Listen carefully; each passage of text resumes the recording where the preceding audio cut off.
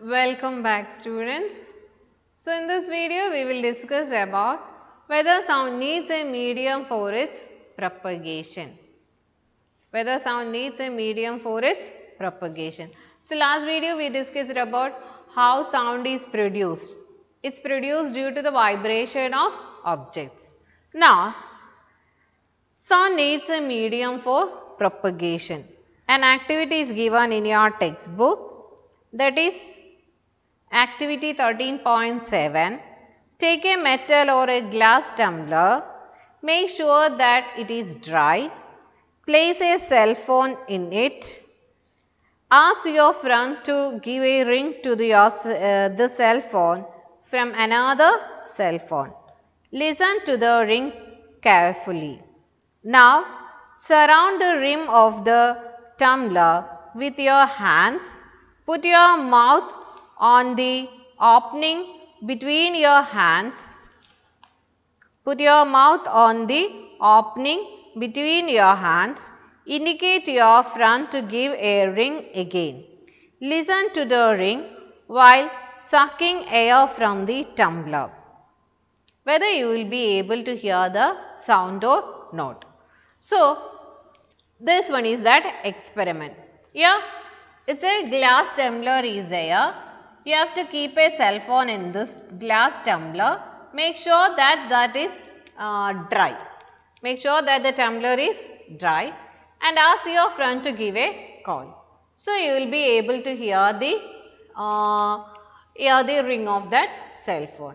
Now, you have to take the glass tumbler and keep your mouth on the opening of the tumbler and keep it to your mouth.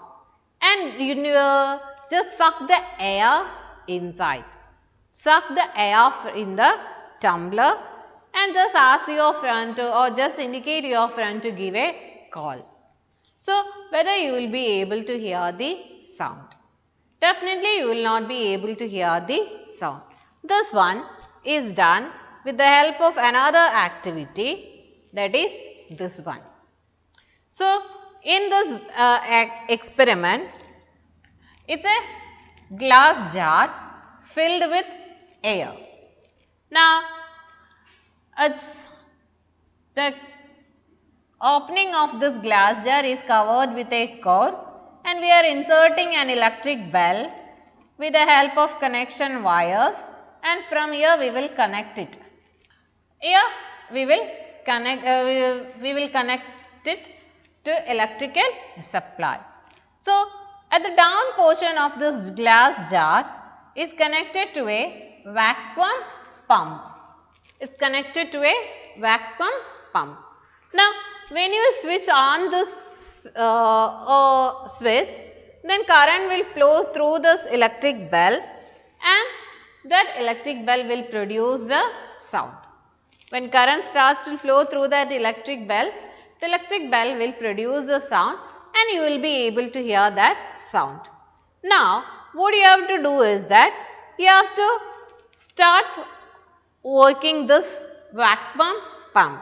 Means when you switch on it, it will suck the air inside the glass jar. It will suck the air inside the glass jar. Means the air inside the glass jar will decrease. The air inside the glass jar will decreases. So, the sound of that electric bell is also decreases, or the sound will become fainter and fainter. The sound becomes fainter and fainter, and if you completely remove this air, and if you remove the air from this bell jar completely, means there is no air inside the bell jar, and you will not be able to hear the sound of that electric bell. You will not be able to hear the sound of that electric bell. So, this activity tells you that sound needs a medium for its propagation. Sound needs a medium for its travel, or sound needs a medium for its propagation. Okay. So, this activity is, it consists of a bell jar and the top of this or the cap of this bell jar is covered with a coke through which we can insert a connection for this electric bell, and at the bottom of this electric jar you are connecting a vacuum pump. The vacuum pump is used to reduce the air inside the bell jar or to remove the air from this bell jar. So, when you switch on the circuit, the current will flow through the electric bell and it will produce sound that you will be able to hear it. Now, when you switch on this vacuum pump, means the air inside, it will remove the air inside the bell jar slowly, and the sound of this electric bell will become fainter and fainter. Now, the air is not there or the air is completely removed from this bell jar, then you will not be able to hear the sound of that electric bell. Still it is producing sound, but we will not be able to hear it. Means sound needs a medium for its travel or propagation. That is why the explosions taking place in the outer space is not audible to us. That is not audible to us because there is no medium between the earth and the outer space. Only a certain distance atmosphere is there. Beyond that, there is no medium.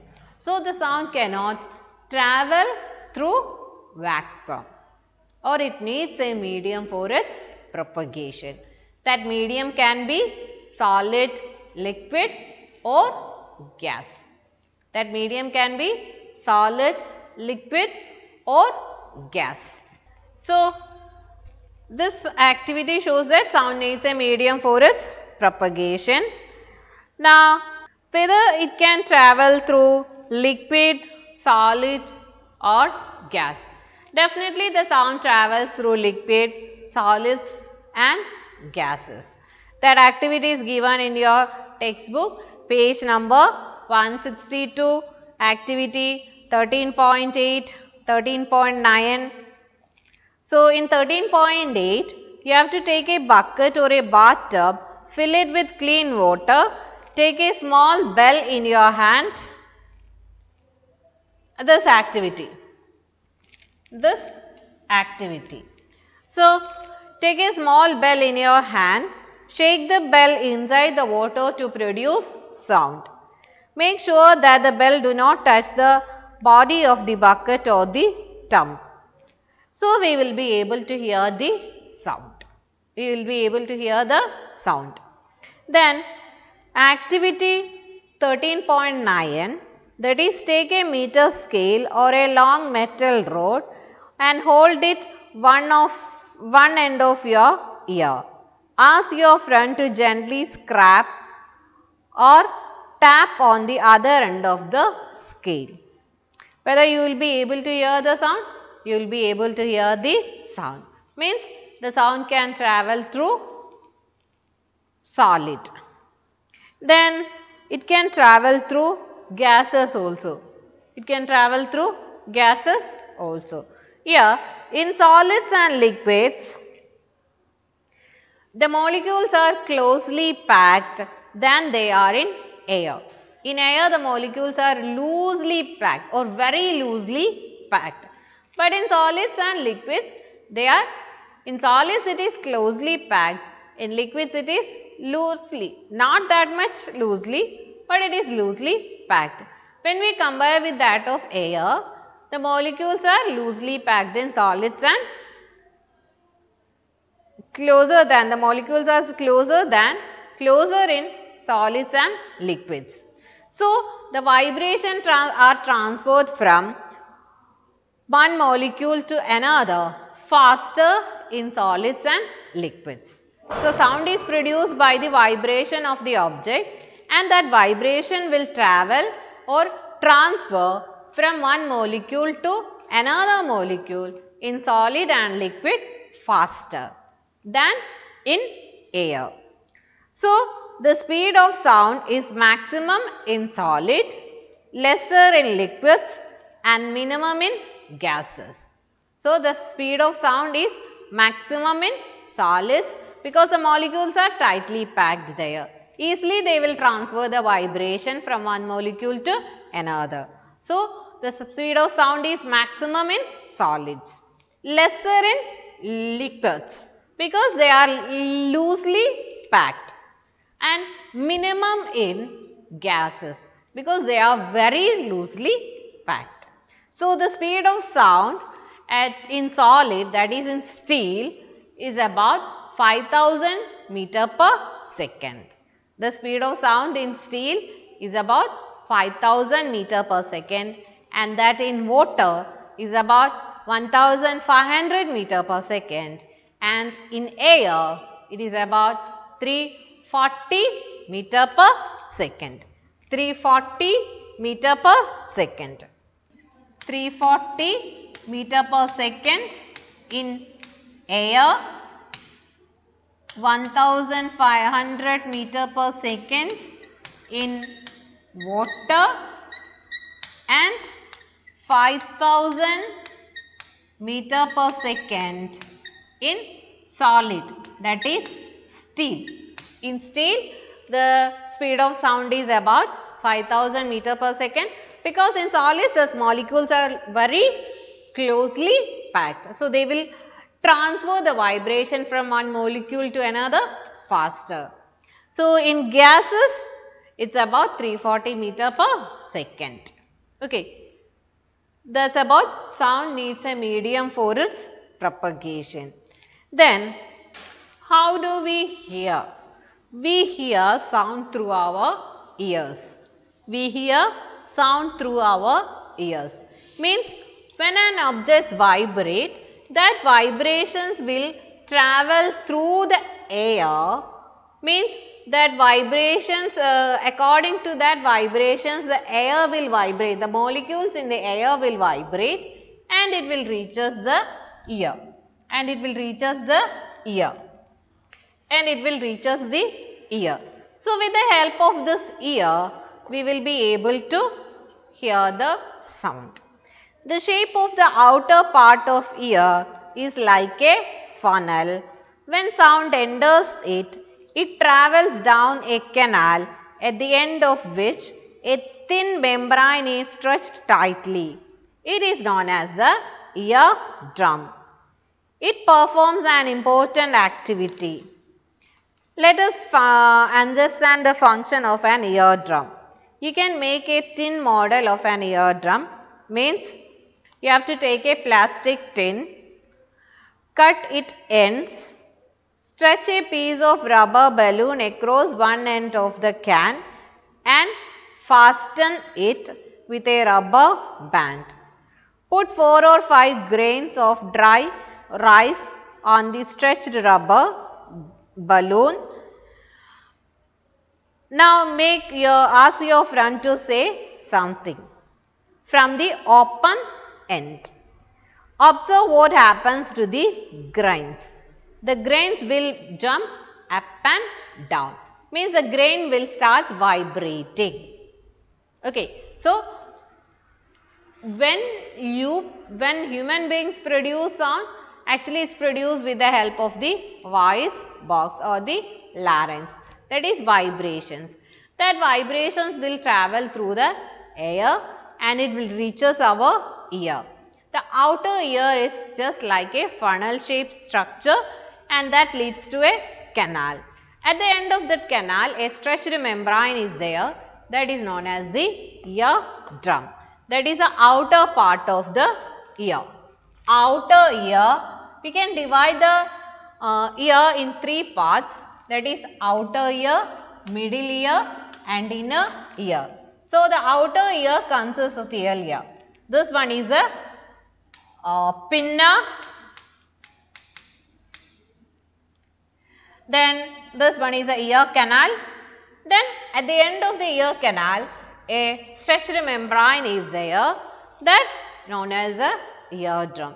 So, according to the vibrations, the eardrum will start vibrating. According to the vibrations, the eardrum will vibrate. So, eardrum is like a stretched rubber sheet Sound vibrations make the eardrum vibrate. The eardrum sends vibrations to the inner ear. From here, these signals go to the brain and this is how we hear it.